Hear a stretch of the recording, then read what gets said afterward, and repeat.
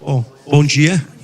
Inicialmente, queria saudar o Roberto, coordenador aqui do nosso café, nos Diálogos Tributários, né? Café não, almoço, Diálogos Tributários.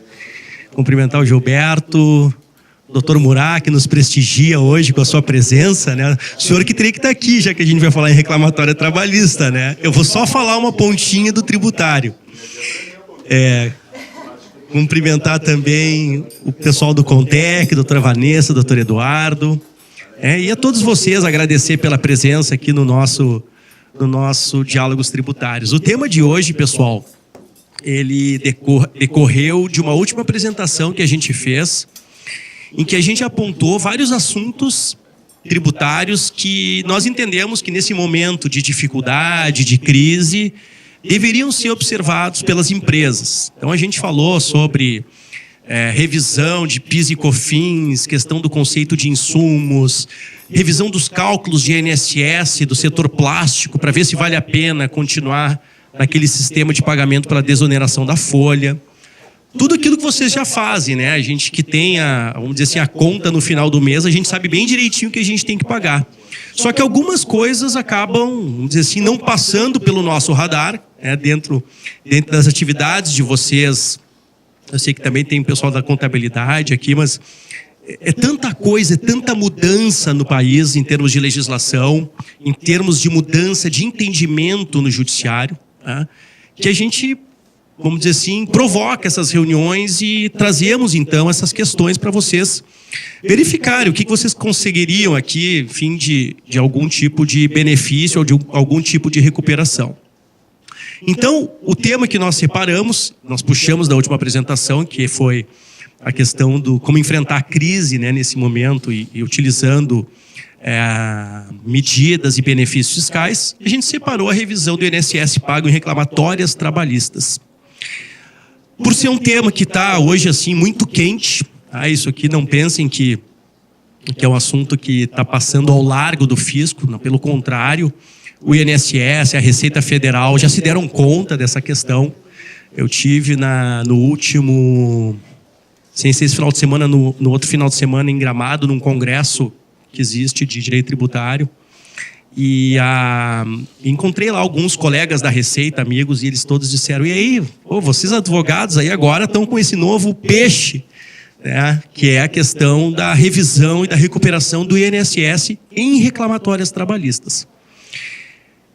O que eu vou dizer para vocês, e eu acho que a percepção de vocês em relação a esse tema hoje seja a seguinte: isso aqui é um tema bastante tranquilo, tá, pessoal? Dentre as dificuldades, a complexidade do sistema tributário, vocês vão ver que isso aqui tem uma coerência lógica em que não precisa ser advogado para entender, muito menos tributarista. Existe uma coerência no entendimento. A legislação que mudou e que fez com que a gente pudesse estar hoje trabalhando com esse tema, ela guarda uma coerência bastante lógica e de fácil compreensão.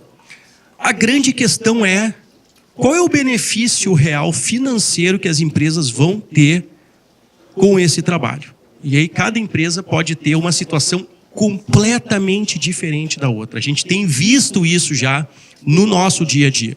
A gente tem observado que para algumas empresas isso tem sido muito interessante, para outras o reflexo financeiro não é tão relevante, certo? Mas o nosso papel é trazer aqui o debate, a discussão.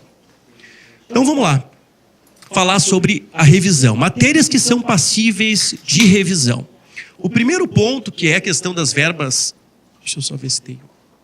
Das verbas indenizatórias. Aqui apenas alguns exemplos dessas rubricas. Aviso prévio indenizado, um terço constitucional de férias. A gente já sabe que isso, na reclamatória trabalhista, né, doutor Murat, eles já afastam a cobrança do INSS. Então, essa é uma matéria que quando a gente faz e estimula essa revisão do INSS, a gente faz em cima das competências pagas, das bases de cálculo pagas nos últimos 5 anos. E pode sim contemplar alguma reclamatória trabalhista em que tenha passado despercebido, mas não me parece que o foco seja na reclamatória trabalhista. Os pontos principais que a gente vai discutir hoje são esses: a contribuição previdenciária no Plano Brasil Maior, que atingiu bastante forte o setor plástico, E também valores, e aqui também vai entrar a questão do Simples Nacional. Eu fiz questão de trazer a pedido do Gilberto, já que a gente sabe que tem muita empresa, muito associado do sindicato, que é optante pelo Simples Nacional, também tem o benefício, tá? E valores recolhidos após o prazo decadencial, que hoje é a tese que está sendo discutida. Tem muita empresa ajuizando ação, outras empresas estão fazendo o aproveitamento disso de forma administrativa. Então, meu papel é destacar os pontos, mostrando as vantagens, mostrando os riscos, para que vocês possam tomar aí a decisão que for melhor. Então, em relação às verbas indenizatórias, aqui não é um tema já assim bastante pacífico no Poder Judiciário. O que aconteceu? E aqui foi muito interessante, porque essa matéria tem uma parcela do tributário que ela se mistura bastante com as discussões trabalhistas. E aqui a gente consegue pegar emprestado do direito do trabalho coisas que vão nos servir na área tributária. E aqui o que diz respeito à relação de emprego, né? O que se paga para um funcionário que decorre do trabalho realizado e o que se paga para um funcionário que não decorre de um trabalho realizado dele. Então, quando a gente paga para um funcionário o terço constitucional de férias, a gente não está pagando por uma contraprestação, não tem contraprestação. Existe sim uma previsão constitucional, uma previsão legal, que determina que tenha que ser pago. Isso é um direito do trabalhador. E quando a gente não tem contraprestação, o judiciário entende que se trata de uma verba indenizatória.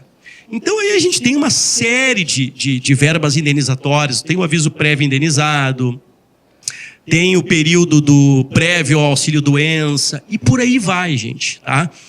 A gente só fez questão de trazer esses pontos pelo seguinte: o que a gente tem observado é que tem muitas empresas que dizem o seguinte: olha, eu já entrei com a ação das verbas indenizatórias. E aí quando você vai ver o objeto da ação judicial, o que a gente percebe? Que ele entrou pedindo de volta o aviso prévio indenizado e o terço constitucional de férias. Que vamos dizer assim, que foram as primeiras rubricas a serem pacificadas pelo Poder Judiciário.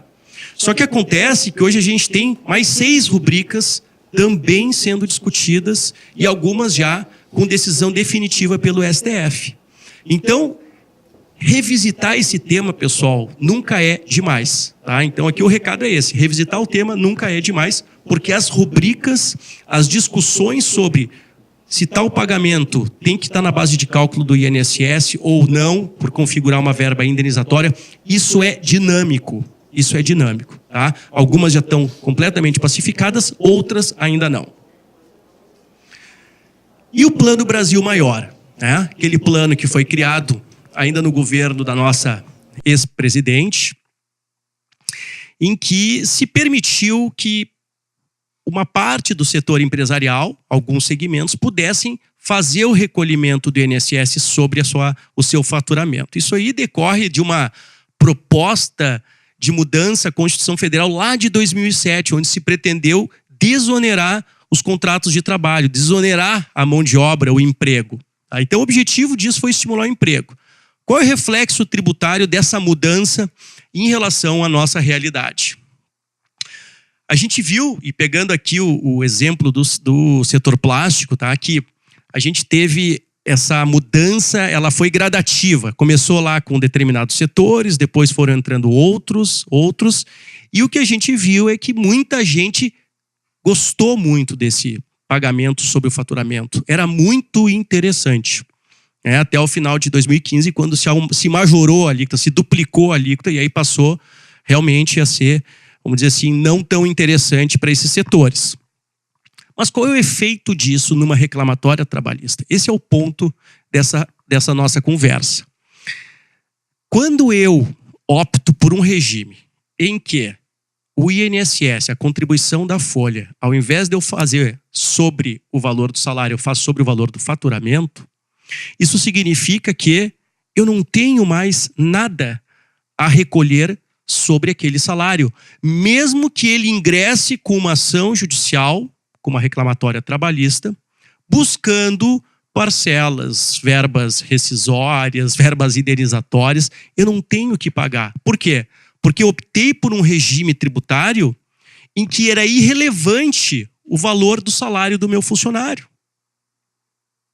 Se ele recebia 1.000, 2.000, 5.000 ou 10.000, eu não tinha que pagar INSS sobre o valor do funcionário.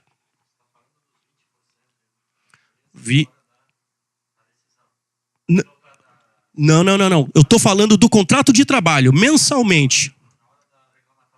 Vamos lá. Eu vou dar um... Deixa eu pegar aqui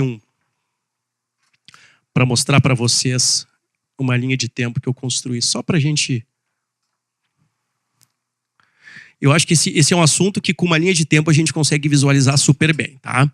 Essa linha de tempo, ela pega duas situações, mas eu vou explicar para ficar bem claro, isso é super importante, é bem pertinente a tua pergunta, para a gente não avançar com algum tipo de dúvida, tá? Vamos imaginar o seguinte, tá? Nós temos uma empresa e o nosso funcionário trabalhou na nossa empresa até 2007. Tá? 2007 ele entra com uma ação judicial, pleiteando parcelas em relação ao contrato de trabalho. 2007. Aí, 2008... acordo ou sentença, condenação trabalhista, fixando um valor para ele pagar. Pessoal, aí vem o primeiro aspecto.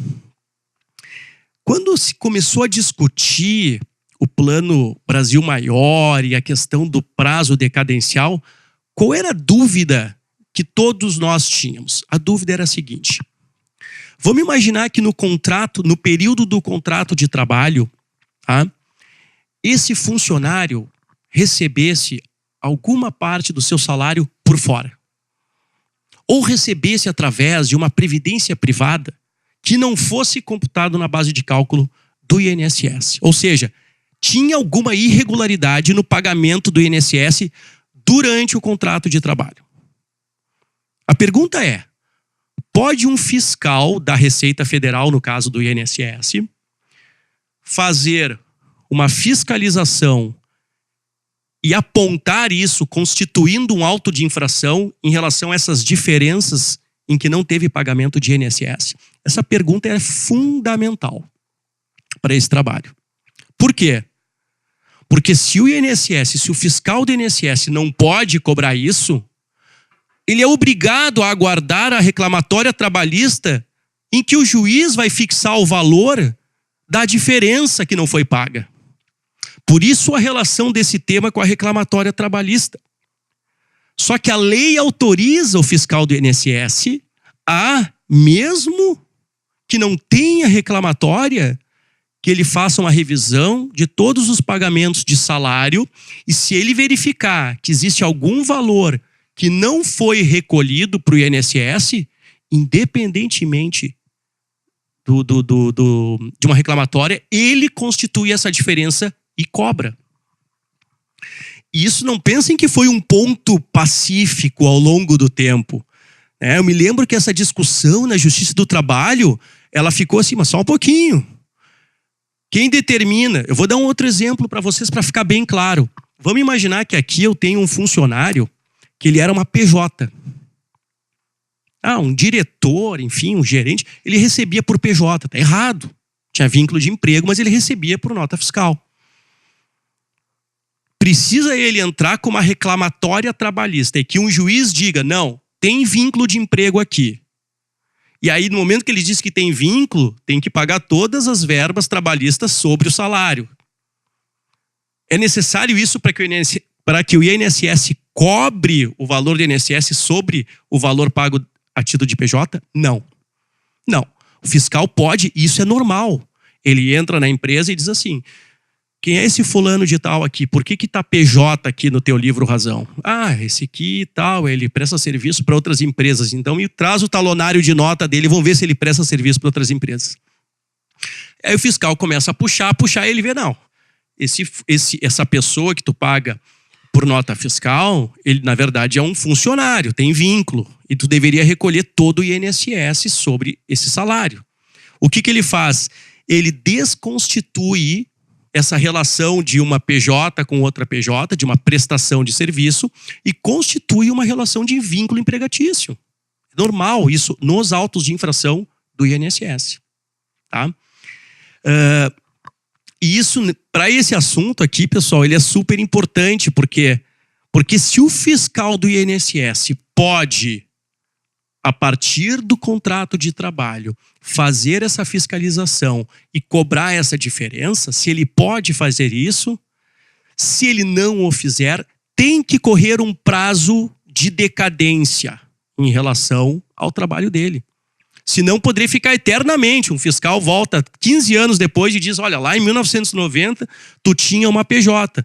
O que a gente diz? Bom, mas o senhor tinha o dever de até 5 anos contado do fato gerador do INSS fazer esse pagamento, fazer essa autuação. O que acabou acontecendo, então, eu estou agora já entrando um pouquinho na questão da decadência, mas só para mostrar o pano de fundo para vocês. O que passou a ser super relevante e que foi o entendimento que o TST, então, mudou, tá? E que aí, com essa mudança de posicionamento do TST, passou a nascer esse direito a essa devolução.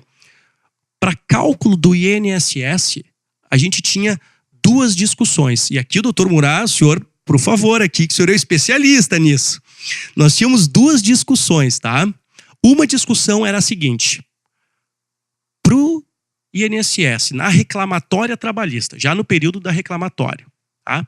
Para ele cobrar juros e multa sobre o valor do INSS que era devido sobre aquele salário, ele deveria contar esse prazo do período do contrato de trabalho, mês a mês, ou ele só poderia contar o prazo de juros e multa quando o juiz sentenciasse e dissesse, olha, o sujeito lá que entrou com o reclamante tem direito a 35 mil reais de verbas rescisórias que ele não recebeu, por isso, por isso, por isso.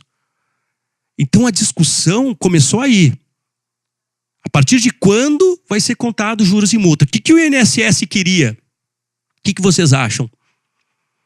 O INSS queria que o cálculo começasse do contrato de trabalho. Que o fato gerador do INSS fosse esse período aqui. Por quê? Porque, nesse caso, os juros e a multa seriam maiores. Porque ele ia atualizar isso até o período da reclamatória e da condenação. E o que a empresa defendia? Não. O prazo para contar juros e multa é a partir de quando o juiz determina a relação e constitui o valor correto da verba rescisória. Gente, então percebam que esse assunto assim, ele é tão interessante porque o INSS fez força para mudar a lei e determinar que o INSS tenha que ser calculado a partir do período do contrato de trabalho. Só que no momento que o INSS fez força para mudar essa lei, e ele mudou a lei em 2009, o que aconteceu? Ele perde por outro lado. Por quê? Porque no momento que ele diz que esse é o período, ele está delimitando o início do prazo para a contagem dos 5 anos. Então, gente, para o INSS, essa discussão, sabe como é que ela é? Ela é a tese do cobertor curto. Eles ganham de um lado, mas eles perdem de outro. E aí o que a gente começou a ver nas reclamatórias trabalhistas maiores? Que elas duram muito mais que 5 anos.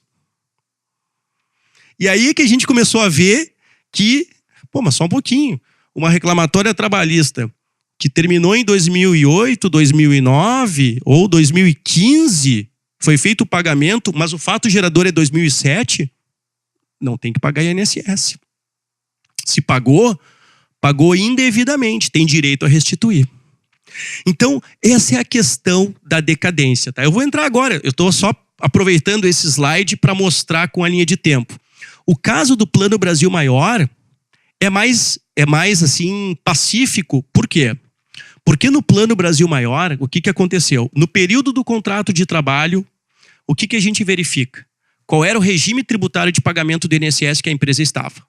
Se ela estava no regime em que ela pagava o INSS sobre a folha de salários, nem se fala em Brasil Maior, se fala em decadência. Só que se ela estava no Plano Brasil Maior, aí isso aconteceu lá em 2011, tá? O que acontece ali, pessoal? Bom, no período desse plano, se o cálculo da reclamatória, vamos lá, o período do trabalho foi coincidente com o período do Plano Brasil Maior, não há que se falar na reclamatória trabalhista em pagamento de INSS. E sobre isso existe inclusive consulta da Receita Federal reconhecendo esse direito. Não é uma tese judicial, não precisa entrar com ação judicial, existe consulta da Receita Federal. É entrar e pedir administrativamente de volta, no caso do Plano Brasil Maior. Eu vou voltar um pouquinho, tá? Pra gente, então, pegar o início.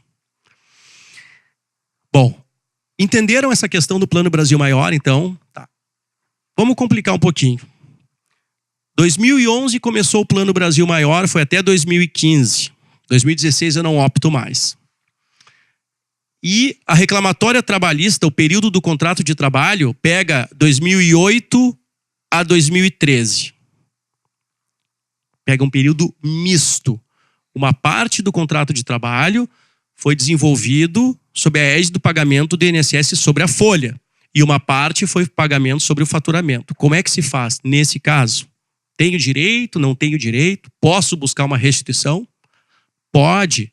Também, solução de consulta da Receita Federal. Existe uma solução de consulta, eu vou mostrar para vocês aqui, que ela faz assim uma análise bem exaustiva desse tema, trazendo todos os aspectos que podem acontecer numa reclamatória trabalhista em relação ao pagamento de INSS, cruzando isso com o Plano Brasil Maior. E mostrando, não, vai ser proporcional. Mostra até como é que é a fórmula de cálculo para que na reclamatória trabalhista o reclamante não tenha que pagar, o reclamante, a empresa, a reclamada, não tenha que pagar o INSS sobre a verba trabalhista. Tá? Então, no regime misto, a gente vai ter uma restituição proporcional ao período do Plano Brasil Maior. Aqui, ó. As empresas que desenvolvem também outras atividades, produtos e serviços, além daqueles previstos na Lei 12.546, estão incluídas no regime de substituição apenas de forma parcial. Eu posso ter período diferente, eu posso ter receita, não toda ela submetida ao Plano Brasil Maior. O Plano Brasil Maior, lembra, as receitas das atividades eram por NCMs, não era tudo ou nada. Tá? Uma parte da contribuição previdenciária continua incidindo sobre a folha, enquanto outra parte sujeita à contribuição da receita. Por isso que, nesse cálculo aqui, foi super importante esse pronunciamento da Receita, nos dizendo qual é a fórmula que se utiliza para fazer esse cálculo. Na sistemática do regime misto, apura-se o montante da contribuição a cargo da empresa incidente sobre a remuneração dos trabalhadores e, em seguida, se procede à redução estabelecida na Lei 12.546, que é a lei do Plano Brasil Maior. A contribuição sobre a folha passa a corresponder, na verdade, apenas o percentual da contribuição inicialmente calculada. E aqui vem a nossa linha de tempo. Então, gente, em relação ao Plano Brasil Maior, qual é o trabalho? O que a gente tem que ver? Se na reclamatória trabalhista, o período que está sendo pleiteado corresponde ao Plano Brasil Maior, integralmente ou parcialmente. Se for integral, não é devido nada a título de INSS. Se for parcial, vai ser devido proporcionalmente. Bom, e o Simples Nacional? Gente, o Simples Nacional foi um regime criado lá em 2006 por uma lei complementar, com vigência a partir de 2007. Todo mundo sabe muito bem do Simples. A pergunta é, no Simples, pegando a tabela da indústria, eu pago INSS sobre folha de salários ou pago sobre faturamento? É relevante no regime do Simples eu pagar o INSS, eu calcular o INSS sobre o valor do salário do meu funcionário? Óbvio que não. É o contrário. O Simples, vamos dizer assim, a grande vantagem do Simples Nacional, e isso quem for da área da contabilidade aqui pode confirmar, é o número de funcionários, porque eu tenho uma desoneração super grande sobre a folha de salários. Eu pago sobre o faturamento. É uma soma de várias alíquotas que vão ensejar o pagamento do Simples. Pô, mas só um pouquinho. Se eu sou do Simples e já paguei o INSS sobre o faturamento, e aí eu sofro uma reclamatória trabalhista, eu tenho que pagar de novo o INSS e aí calculado sobre a verba rescisória? Preciso? Não preciso pagar. Tá? E o que a gente está apontando aqui, gente, a gente examinou alguns casos, tá, que as empresas que isso acabou passando batido. Obviamente, no escritório do Dr. Murat não vai passar.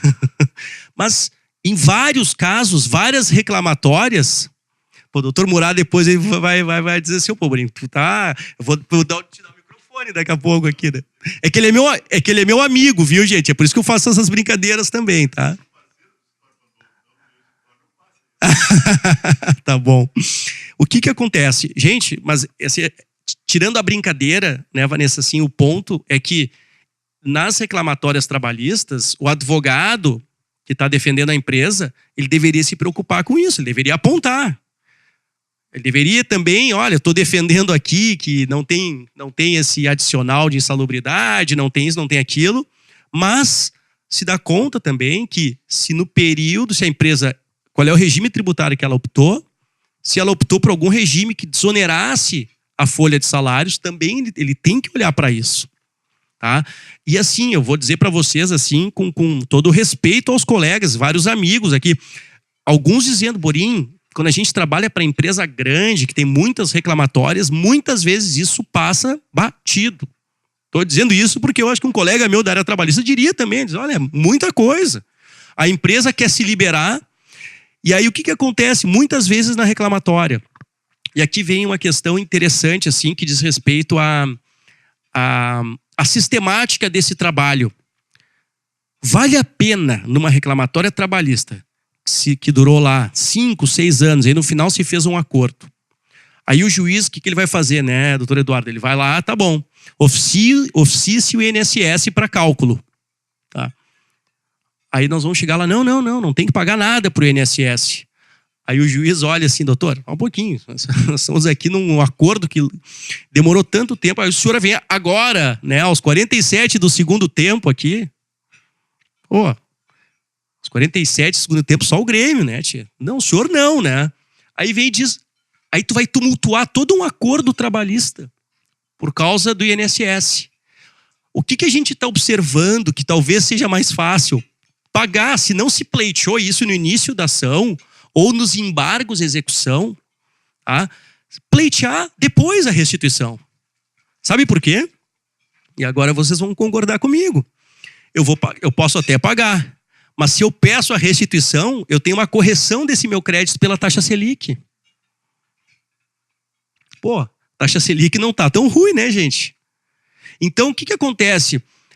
Isso é uma decisão da empresa junto com o seu escritório trabalhista, tributário, que tem que ser bem pensada, porque muitas vezes prolongar uma discussão trabalhista em que você pode eliminá-la já através do acordo, através do depósito, e depois busca a restituição desse valor. Tá? Então, no caso do Simples Nacional, nós entendemos que esse é um tema que tem que ser visitado, porque a empresa do Simples, por mais que os valores sejam pequenos, Gilberto, daqui a pouco vai apurar lá, tem 18 mil para receber de volta. Corrigido, tu tem 5 anos para corrigir esse valor. Tá?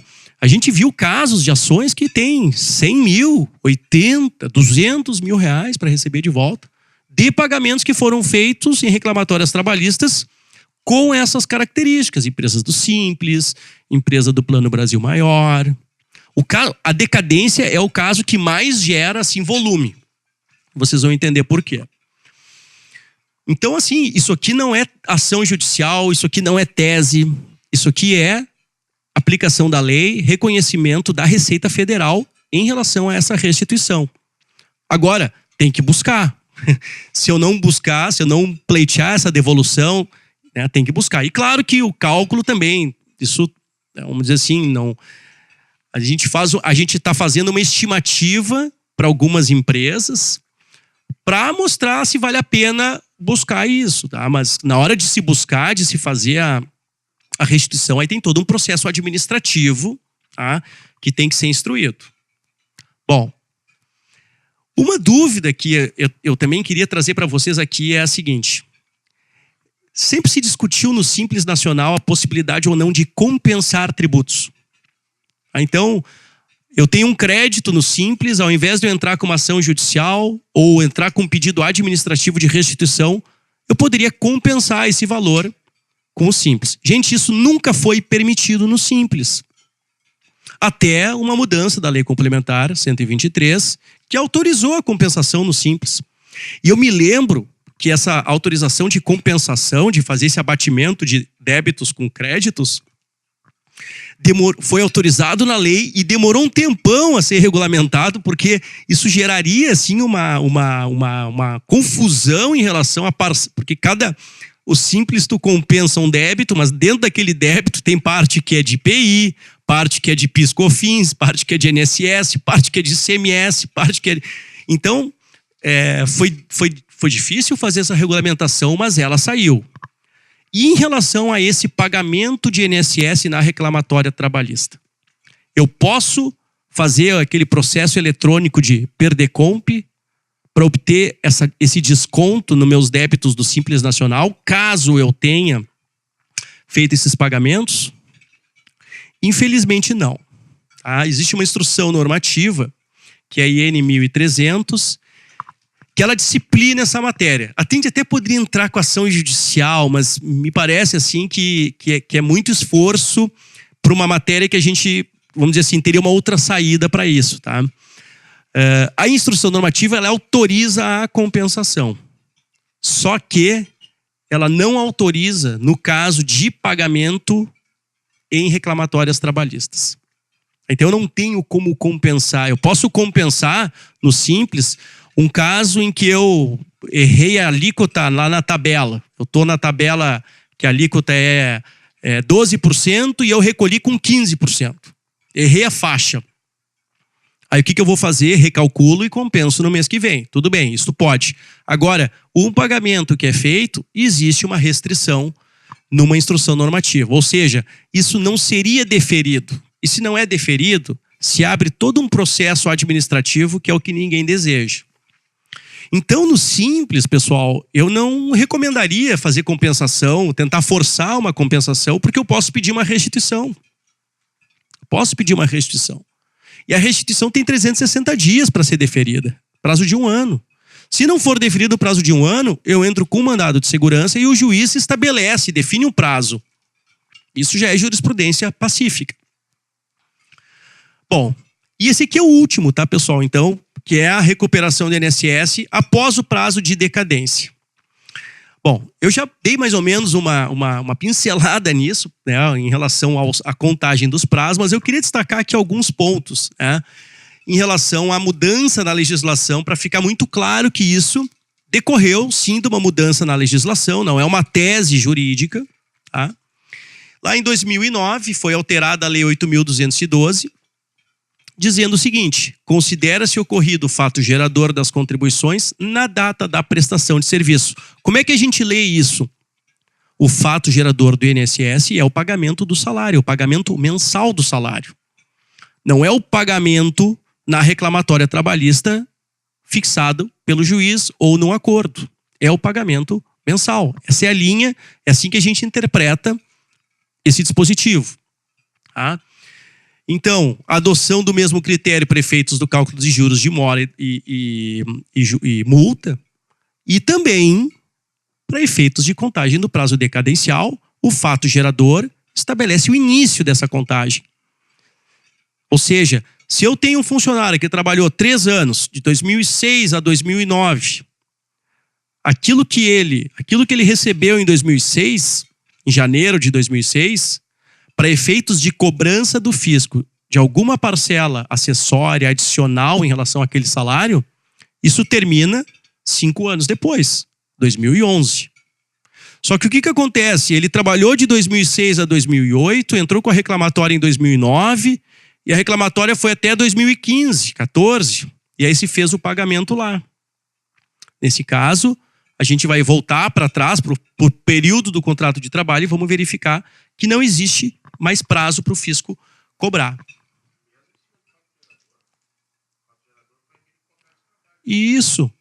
Vou te dar um exemplo aqui agora, só te mostrar aqui. Deixa eu só, eu vou voltar para aquela linha de tempo, que é a forma mais fácil da gente visualizar.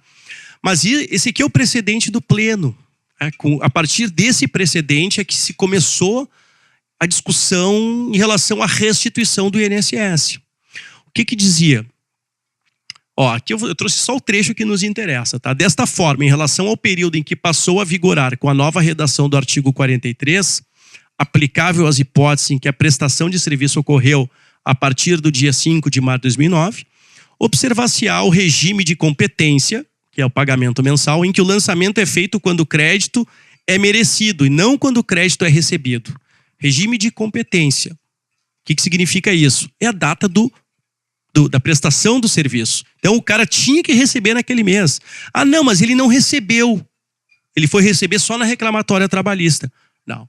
Por período de competência, não interessa se tu recebeu ou não. Caixa e competência. Competência tu vai receber, tu vai ter que pagar sobre o período que tu trabalhou. E é isso que o pleno entendeu. E não quando é recebido, ou seja, considera-se como fato gerador das contribuições previdenciárias decorrentes de créditos trabalhistas reconhecidos em juízo a data da efetiva prestação de serviço. Isso é um precedente de dezembro de 2015, ele está aí completando 7 meses. Bom, a partir daí, pessoal, várias empresas começaram a discutir isso, entraram com ações judiciais, tá? A gente vem acompanhando, monitorando. Tá? Não existe ainda uma decisão pacífica do Supremo em relação a esse tema, mas existem várias liminares e sentenças que já foram concedidas. Então aqui só um exemplo, né? O juiz deferindo parcialmente a liminar para suspender a exigibilidade dos créditos correspondentes às contribuições previdenciárias sobre a remuneração de seus empregados decorrentes de reclamatórias trabalhistas que tenham sido lançados ou que venham a ser lançadas após o decurso do prazo de 5 anos. Contados o primeiro dia do exercício seguinte ao da prestação de serviço. Qual é a importância dessas decisões e até assim a nossa análise em relação à ação judicial? Uma pergunta que vocês têm que fazer é a seguinte: eu quero ingressar com uma ação judicial, obter uma liminar para não pagar mais o INSS nas reclamatórias trabalhistas? Por que isso é importante? Porque eu vou estar fazendo com que uma decisão judicial da Justiça Federal afete uma decisão judicial da Justiça do Trabalho. E aí a Justiça do Trabalho pode dizer o seguinte: não, calma aí. Essa questão é competência da Justiça do Trabalho e não da Justiça Federal. Inclusive a gente viu uma decisão no TRF, daqui da 4ª Região, dizendo exatamente isso. Então, eu tenho um pouco de receio em relação à decisão judicial, tá? Porque ela pode entrar numa zona cinzenta, não todos vão reconhecer o prazo decadencial, isso eu não me preocupo.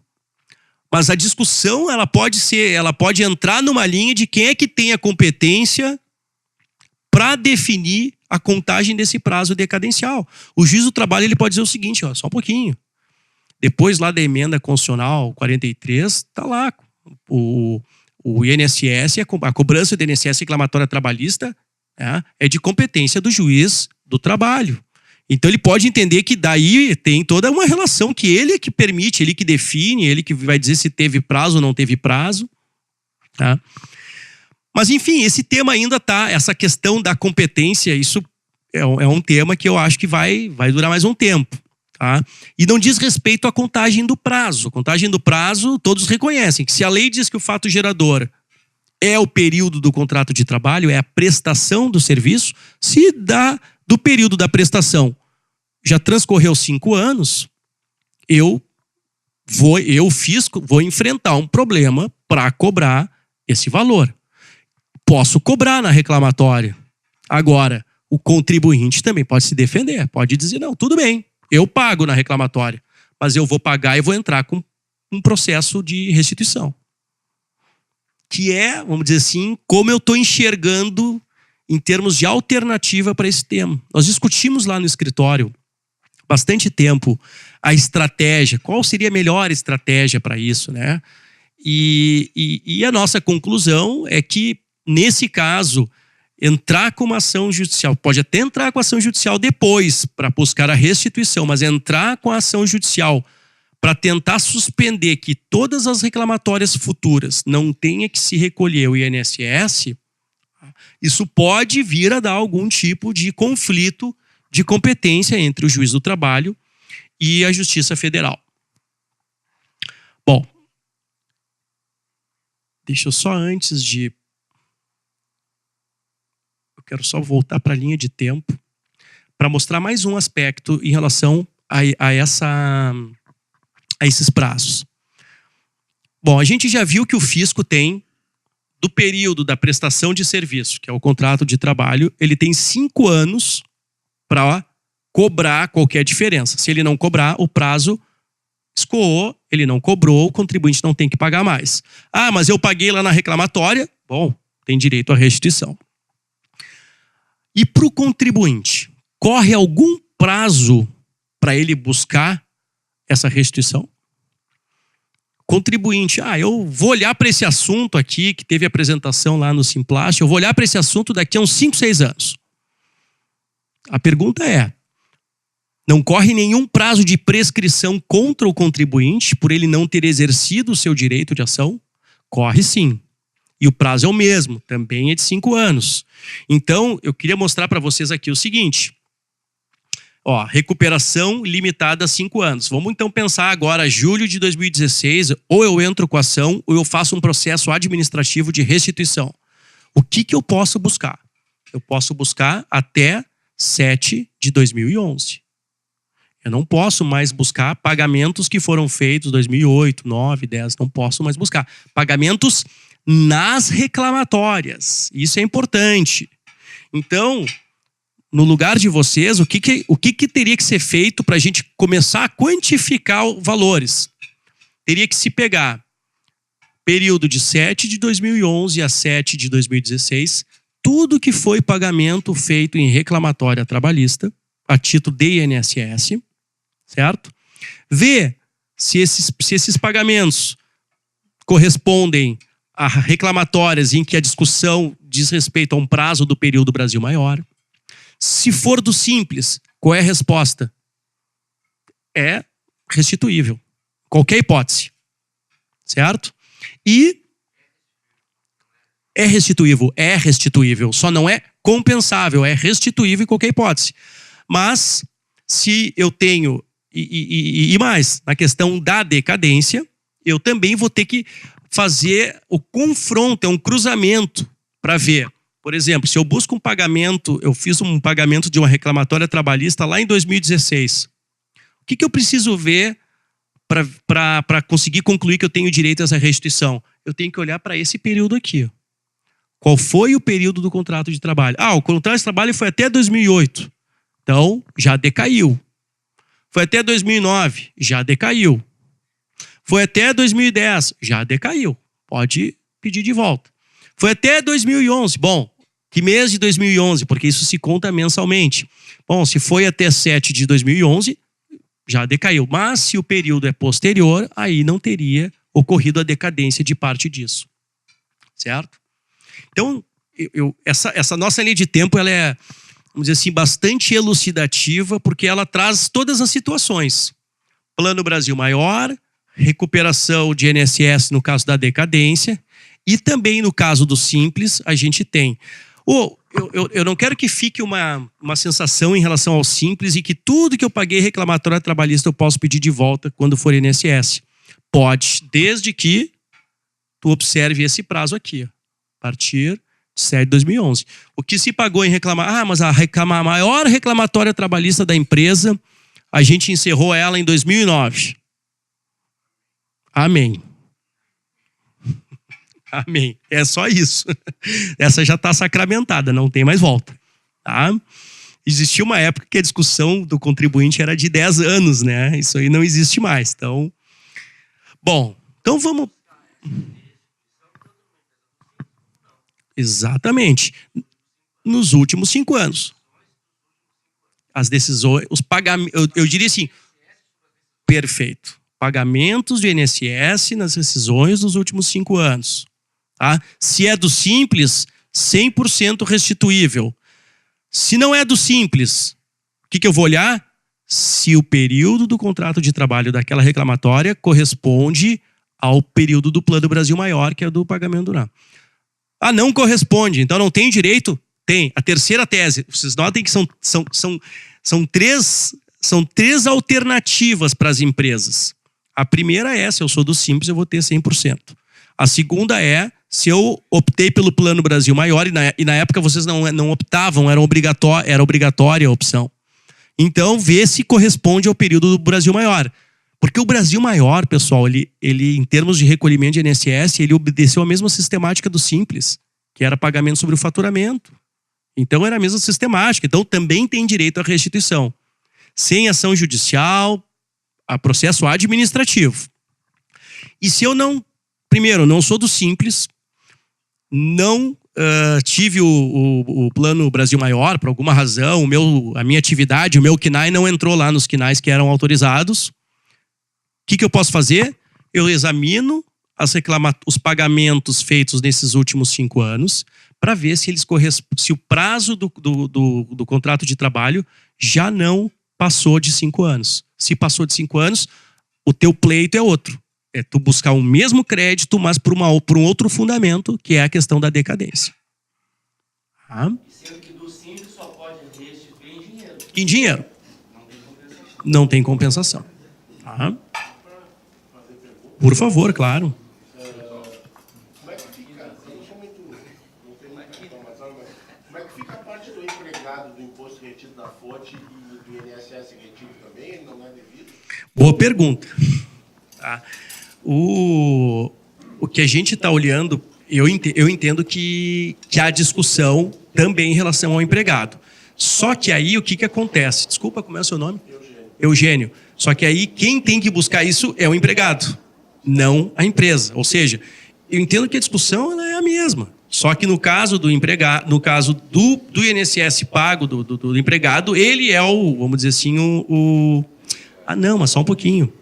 A parcela do empregado, quem paga... Viu como é esse assunto? Tem que estar um advogado da área trabalhista junto. Quem paga... Depende, né, Rafael? Porque o que acontece? Existem decisões judiciais em que o juiz do trabalho diz que porque tu não deu a oportunidade, porque tu não cumpriu a tua obrigação na época própria. Aliás, eu me recordei de uma coisa, só fazendo um parênteses, já que eu vou meter a minha colher, é que os critérios de atualização dos créditos trabalhistas, eles sofreram uma modificação em 1991. De acordo com uma legislação que criou a TR. Né? E a partir daí, nós discutimos, porque isso também é uma coisa que é importante a gente referir aqui, nem todo mundo tem a possibilidade de contar com parceiros como são os advogados do escritório do Dr. Rafael Pandolfo. Então, essa relação entre advogado tributarista e advogado trabalhista ou advogado generalista, ela é muito importante, porque a gente se debruça sobre aquilo que é o que mais aflige no momento de fazer uma defesa. Então, quando eu estou tratando da discussão numa reclamatória trabalhista, eu me preocupo, como disse o Rafael na exposição que ele fez, em me manifestar e me opor contra a pretensão manifestada pelo reclamante e que diz respeito aos créditos que ele entende não satisfeitos adequadamente pelo empregador. Então, eu me defendo dizendo que ele não tem direito às horas extras, opcional de insalubridade ou o que quer que seja. Mas, a partir de 91, e as coisas também vão se perdendo no tempo, só para que vocês compreendam isso, a gente começou a discutir também o critério de atualização do cálculo, que era de um modo e passou a ser de outro, num critério amplamente desfavorável ao empregador, porque instituía, no artigo 39, se não me falha a memória dessa lei 8177, o fator de atualização do crédito trabalhista que foi criado depois de uma tabela, TRD mais 1% capitalizado. Então, aquela ideia geral, desculpem a expressão, de empurrar com a barriga, passou a ser outra, porque o custo do dinheiro no processo trabalhista era muito alto. Então, tinha a discussão da época própria para fazer a correção e atualização do crédito, o que se relaciona com a questão que depois surgiu com a modificação da legislação que tratava da atualização dos créditos do INSS, né, ou da possibilidade de cobrança. E a partir daí se discute tudo isso num plano só, mas existe ainda essa interpretação de alguns juízes de que porque o empregador não cumpriu com a sua obrigação no momento oportuno, ele se obriga, por uma responsabilidade que é solidária, a recolher a parcela do empregado, também nessa condenação. Então, são discussões que a gente enfrenta e há posições em vários sentidos, né? Dizendo que não é bem assim, que o empregado tem que pagar, e a gente discute sempre isso, a possibilidade de reter. Então, se houve a retenção desse valor da condenação, na verdade, numa certa medida, eu me apropriei desse valor. Né? Tem um outro aspecto aí que tem que ser considerado. Né? É importante a colocação do Eugênio, porque, em tese, nós não teríamos legitimidade, né, para tratar disso, porque isso é um crédito do trabalhador, mas depende de como a condenação foi assentada e como se está cumprindo isso na fase de execução. Então, é ao caso a caso, tem que se debruçar sobre essa particularidade. Exatamente, vamos dizer assim, são vários detalhes. Por isso que esse trabalho, tá, pessoal, vamos dizer assim, o modus operandi que a gente tem feito é em parceria com os escritórios trabalhistas, assim, porque examinar não é uma coisa simples, examinar um processo trabalhista do seu início até a fase do acordo. Uma parte pode ser verba indenizatória, e aí não vai ter direito à restituição porque já foi pago, já foi dispensado o pagamento. Então, tem uma série de coisinhas, de detalhes que a gente tem que fazer, tá? Mas assim, para a gente ter uma noção geral, a gente poderia pegar os pagamentos de INSS feitos à empresa. Eu não estou considerando a parte do empregado. Até porque, vamos dizer assim, numa apresentação para um grande grupo como esse, a gente, vamos dizer assim, se acaba entrando muito em todos os detalhes, a gente não vai conseguir contemplar. Eu preferi, mas o Dr. Murat está 100% correto, entendeu? Acho que tem que olhar caso a caso, porque os valores empregados são super relevantes. Nós estamos falando de quê? 8%, 9%. Agora uma coisa é pacífica. Se o empregado sofreu a retenção disso na hora do pagamento, aí eu entendo que a empresa não tem direito. Mas ele pode buscar, entendeu? Ele pode buscar. Falasse sobre, eu acho que pode ser o caso de algumas empresas aqui, que tu tenhas um representante comercial que só trabalha para ti. Tá? Então, aquela questão da desqualificação da PJ, nesse caso, o fiscal do INSS pode descaracterizar se o talonário dele for só para mim? Pode. Independente desse representante ter colocado uma ação buscando vínculo com a empresa? Exatamente. E até assim, as coisas, Eugênio, as coisas acabam se cruzando, tá? Só vou, assim, fazer um parênteses só para te dar um exemplo, tá? A gente defendeu lá alguns casos em que, de jogadores de futebol, fica bem clara essa questão. O jogador de futebol, uma parte do que ele recebe não é por contrato de trabalho, é por direito de imagem, tá? Então ele recebe lá uma parcela, lá ele faz um contrato, ele tem uma pessoa jurídica e ele faz um contrato cedendo para o clube vamos dizer assim, a imagem dele, o uso dessa imagem, e em decorrência disso ele recebe uma parcela que a gente diz que tem uma natureza civil, não é uma natureza trabalhista, certo? O que o INSS faz? Não tem essa história aqui. O INSS e a Receita Federal em relação ao imposto de renda. Isso aqui deve ser computado como salário também. Porque isso aqui é uma simulação, os valores que eles recebem, esse profissional aqui nem tem imagem para ceder, né? Está sempre sentado lá no banco. Tudo é levantado. Tudo é levantado. Tá? E aí o que faz? O fiscal do INSS, ele vai lá e lança o INSS contra a empresa. A empresa tem que pagar. O que nós fazemos? Bom, vamos ver no clube vamos analisar as reclamatórias trabalhistas. A gente já fez isso em parceria com o escritório do Dr. Murat, num caso, e ele simplesmente, Borim, vou te dar o ganho da causa. Tá aqui, ó, ele mandou a reclamatória com decisão dizendo que não era vínculo de emprego. E aí o que acontece? A gente pega o juiz do... Gente, assim, eu não quero dizer que se um fiscal tem competência para desconsiderar uma relação de pessoa jurídica, que ele tem a palavra final sobre isso. Tá? Um juiz do trabalho, se esse mesmo profissional entra com uma reclamatória e ele perde a reclamatória porque não foi constatado o vínculo de emprego, no caso, tu usa essa decisão para mostrar que aquela relação... Então, muito se discutiu na esfera administrativa, era até uma questão de ilegitimidade da fiscalização de desconsiderar relações cíveis para tornar relações trabalhistas para fins de cobrança de INSS. Muito se discutiu. Hoje a jurisprudência, no CARF, que é o Conselho Administrativo Fiscal, ela já é ponto pacífico. O fiscal tem direito, sim, a entrar na empresa, desqualificar, dizer que isso aqui não é situação de PJ, que isso aqui é salário, e aí cobrar o INSS da empresa. Então, fechando o parênteses em relação a isso, tá?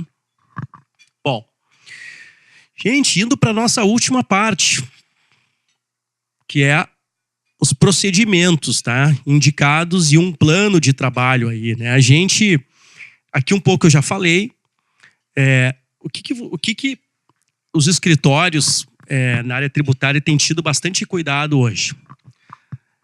Primeiro, ganhar ação, né? Ganhar o processo, seja na esfera judicial ou administrativa. Esse é o primeiro ponto. Só que muitas vezes ganhar uma ação não significa que a gente não tem mais nenhuma responsabilidade ou que a gente não tem que se preocupar com mais nada em relação. Não é assim, tá bom, ganhei uma ação, agora o fisco vai me ressarcir. Não. Existe um procedimento de restituição, certo? Previsto numa regulamentação extensa por parte dos fiscos federais, municipais e estaduais, que contempla uma série de obrigações que o contribuinte tem que fazer. Então ele tem que, por exemplo, nesse caso aqui, tem que ter a GPS paga da reclamatória trabalhista. Vamos dizer assim, começa por aí. Eu não posso simplesmente apresentar lá a minha decisão ou o cálculo. Esses dias um cliente disse assim, não, achei tudo aqui que eu precisava. Aí mandou por e-mail um cálculo da perícia, apontando as rubricas, olha, tanto deu disso, tanto de INSS. Eu disse assim, meu amigo, talvez para a esfera trabalhista, agora o fisco, para restituir, ele quer ver a guia de pagamento. Então a gente tem que ter documentos, tem que arquivar os documentos de forma organizada para poder buscar essa restituição. Porque senão isso aqui pode se tornar uma dor de cabeça. Eu posso entrar com pedido administrativo de restituição, aí eu não junto lá um documento. Então a gente quando faz essa análise, existe, vamos dizer assim, é um processo que ele se dá em duas etapas. A primeira etapa qual é? Ver se a empresa tem valores a restituir, seguindo esse critério que eu lhe falei. Primeiro, ver se é do Simples, se é Brasil Maior e se tem decadência. Se enquadrou em um desses cenários, o que a gente faz? Definimos, junto com a empresa, qual é a melhor estratégia de restituição. Bom, se a empresa não é do Simples, pode compensar? Vamos verificar a possibilidade de um processo de compensação. Para quem não é do Simples e incorreu na situação do Plano Brasil Maior, eu tenho certeza que o melhor caso, se a empresa tem débitos a pagar, é compensação. Porque há reconhecimento da Receita Federal em relação ao crédito. Ou, se ela quisesse ter uma segurança, poderia ela até fazer uma consulta para a Receita Federal, que vai ser respondida em 6 meses, porque já tem uma série de consultas no mesmo sentido, vai dizer, olha, a empresa que tem essa situação pode buscar isso através de restituição compensação. Bom, então aqui eu trouxe só algumas disposições dessas instruções normativas, tá? E então dizer aqui, tem processo administrativo de restituição, vai depender muito do enquadramento, tem processo administrativo de compensação, que também vai depender desse enquadramento, e tem ação judicial, que sempre é uma das vias que as empresas podem utilizar.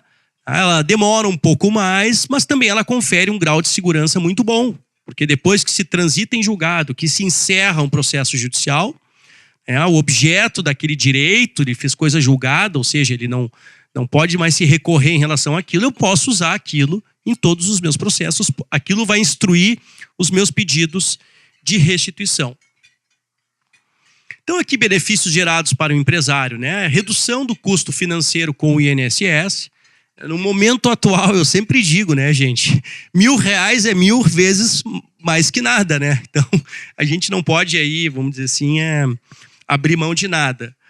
Utilização de créditos de forma imediata, dependendo do caso, através de processo de restituição ou compensação. E liberação. Teve um caso de uma empresa que, usando isso, ela conseguiu obter uma CND. Estava no Plano Brasil Maior, e tinha lá um débito de R$47 mil e tinha 60 mil pago em reclamatórias. O que acontece assim? Esse é um assunto que quando a gente traz, ele tem um lado bom de restituição, mas ele tem um lado, pessoal, para nós que somos assessores de entidades, muito ruim. Qual é o lado ruim? é que nós estamos passando por um momento de muitas demissões. E isso aqui é uma forma de desonerar, de tornar menos ruim esse momento das demissões, de tornar ele um pouco mais barato para as empresas. Tá? Não gostaríamos de estar discutindo isso assim, olha, o melhor momento para discutir esse tema é agora. Claro, porque isso reflete a nossa situação financeira. Tá? E aí, aqui, a proposta, na verdade, é só ajudar as empresas, quem tiver interesse em fazer essa estimativa, isso não é compromisso, não tem que assinar nada. É só ajudar vocês a fazerem essa estimativa de cálculo, ver os valores que tem a receber, e aí ajudar vocês a decidirem como é que vocês vão querer utilizar, se não vão querer entrar com a ação, se vão querer instruir um processo de restituição ou não. Então, vamos dizer assim, está aberto a dúvidas, perguntas, né? Fico à disposição, né? Agradecendo aí mais uma vez o espaço aqui pelo Gilberto e toda a diretoria, o Roberto. Tá? Então, dando por encerrada essa primeira parte aí do